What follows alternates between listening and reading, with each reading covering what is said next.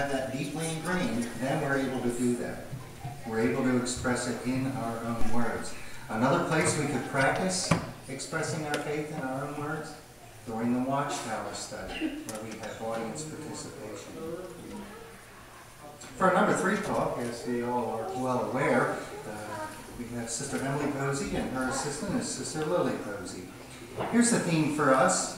What do the memorial emblems represent? Let's find out. Sisters.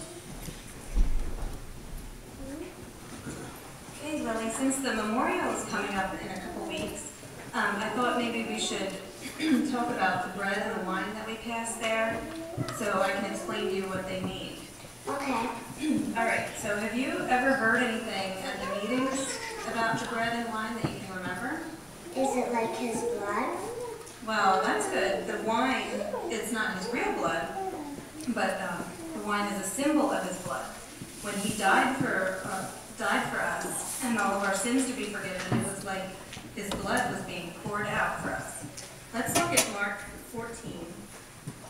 This is the first meal that Jesus had with his apostles. Read Mark 14, read 23 and 24. And taking a cup, he offered thanks and gave it to them. And they all drank out of it. And he said to them, "This means my body, my blood of the covenant, which is to be poured out in behalf of many." Okay, so because Jesus died and shed his blood, that's how we can all have forgiveness of our sins when we put faith in him. And the wine at the memorial is just a symbol of this for us to remember. Now the bread at the memorial represents his body, and it's different than normal bread. Do you remember what's different about it? It looks like crackers. Yeah, the bread is flat because it's unleavened, which means it doesn't have yeast in it. And it's like that because in the Bible, leaven represents sinfulness, and Jesus was perfect. So bread that is unleavened is a good thing to represent Jesus' body. Does that make sense to you? Yeah. Okay, well I closed it. Let's look back at Mark 14 and read 22.